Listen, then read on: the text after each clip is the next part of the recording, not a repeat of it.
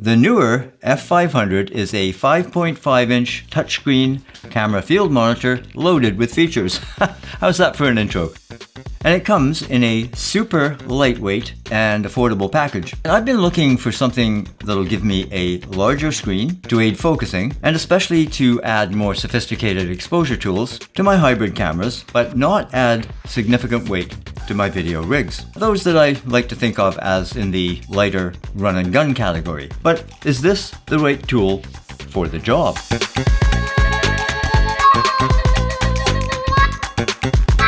Hi, Ray here with the 5.5-inch Neewer F500 field monitor that's compatible with Canon, Nikon, and Sony cameras. Now, you may have seen it in a couple of cameos over the last few months, but in this video, I hope I can throw, well, more light on the subject, shall we say. And speaking of light, let's talk about brightness first. That's, I think it's safe to say, an important stat. This monitor's brightness is 410 nits, give or take 10%, so certainly not the brightest out there. However, unlike a lot of monitors in this class, and really well above in terms of price, it ships with a sunshade, and I'll get to practical use shortly. But that's pretty nice considering this unit retails under $200 US, generally $189, but $160 US with a discount as I record this, in line with those competitors, which I'll mention shortly. So what else do you get for that? Well, an impact-resistant glass touchscreen for one thing, 5.5-inch, as mentioned. Resolution is 1920 by 1080, 1000:1 contrast ratio, and the 160-degree ultra-wide viewing is very good. You can upload custom 3D LUTs, and there's a 3D LUT function that converts S-Log1, V-Log1, DJI Log1, Red Log1, and others into Rec 709 standards. So that ensures high dynamic range monitoring without a color cast. The ports are 4K HDMI in and out, so for instance you could send the signal to another monitor or into a wireless transmitter, and so to another device. 8.4 volt DC out, so you can, if you like, power a camera via a dummy battery using a nice big NPF battery on the monitor, probably bigger than this one you'd want. And this would work, for instance, with my Nikon Z6, for which I have a dummy battery.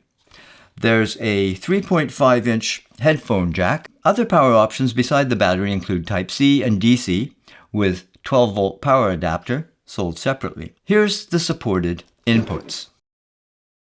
There's an included NPF 550 battery, as we saw, and it's also compatible with Canon E6 batteries, and it weighs just 9 ounces or 256 grams, which certainly aligns with one of my main requirements. This is now a crowded space with the sub $200 5 to 6-inch monitors from a host of brands including Andy Cine, D's-View, Fieldworld, Godox, OC, Portkeys, Shimbal, Viltrox, most of which I can't compare since I don't own them all. I do own and have used extensively the Neewer 107-inch monitor, which I have right here, and OC Lillman 5.5-inch monitor, the closest in this 5.5-inch category. There's many things to like about this little monitor, and some things not so much. Let's get the not so much out of the way first. In the beginning, I had some issues with this monitor blinking off and on during use with my Nikon Z9 camera in the studio, and I tried a process of elimination including changing the battery, HDMI cable of course, and switching cameras. The issue was, to say the least, intermittent, so really hard to pin down. In my search for answers, I did run into a report of the same behavior from someone else using a Fuji camera, so that led me to suspect that it was a monitor issue. I reached out to my contact at Neewer, and it was suggested that I update the firmware. Why didn't I think of that? And that's when I ran into another issue. The manual is vague, missing a couple of essential points, and there was not a lot of information at Neewer's support download page either. So here, I'll share with you the instructions that I got from Neewer's factory staff. In the end, it wasn't rocket science. There were a few folders, zip files, and so on, and that was confusing. So I hope this helps anyone trying to figure out the firmware update procedure.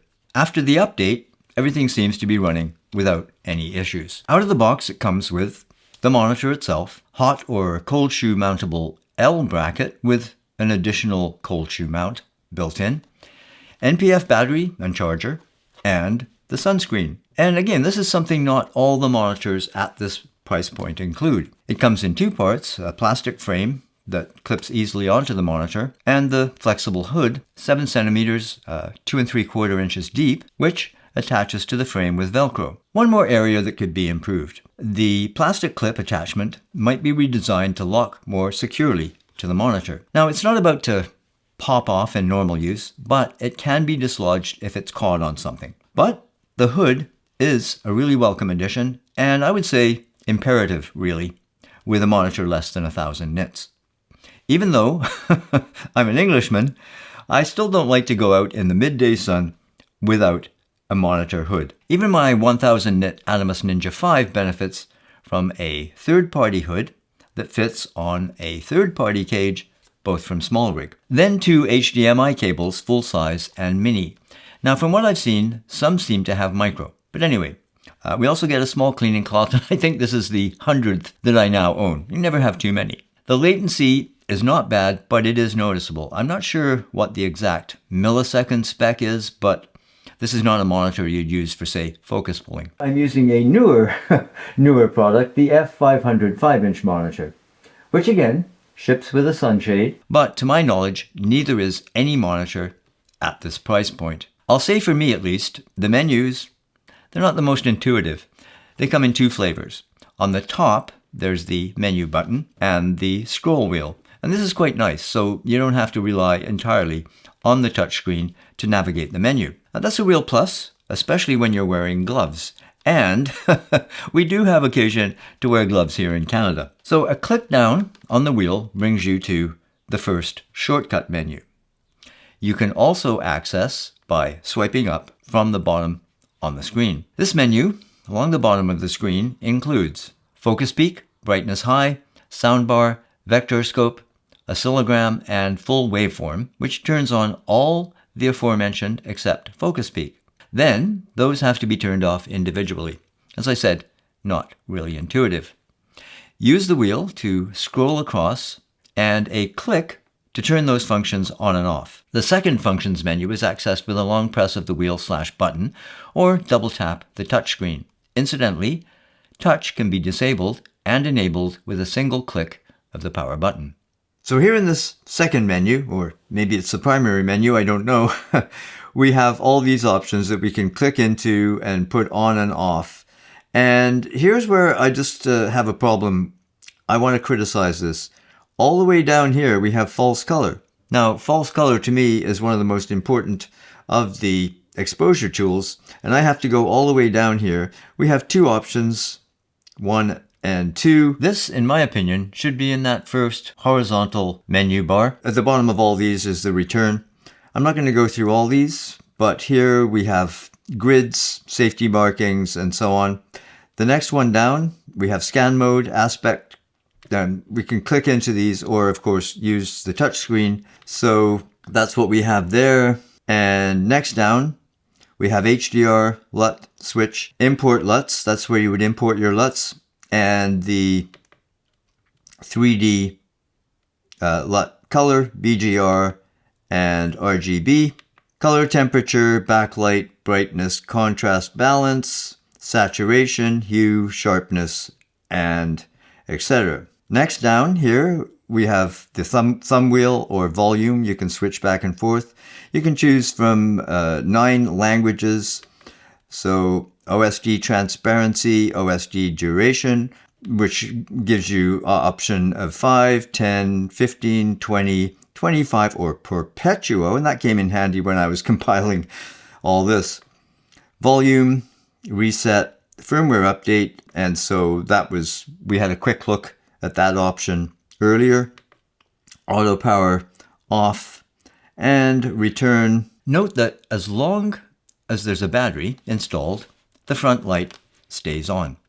In my experience, I haven't found this to be a significant drain on the battery, but just something to be aware of. So there we have it. To be fair, not all bad, but for a couple of quirks that it would be nice to see improved perhaps in a firmware update. One of the real advantages of this monitor, no fan.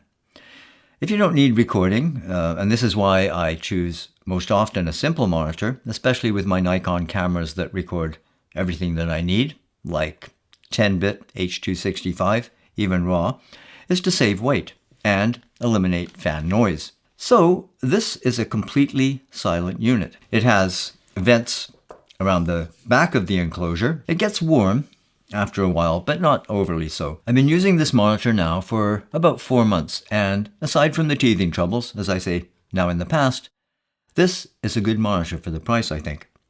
I can only compare it to the OC Lillman, which I also own, and it sells for around the same price. And the OC monitor boasts a 1000 nit screen.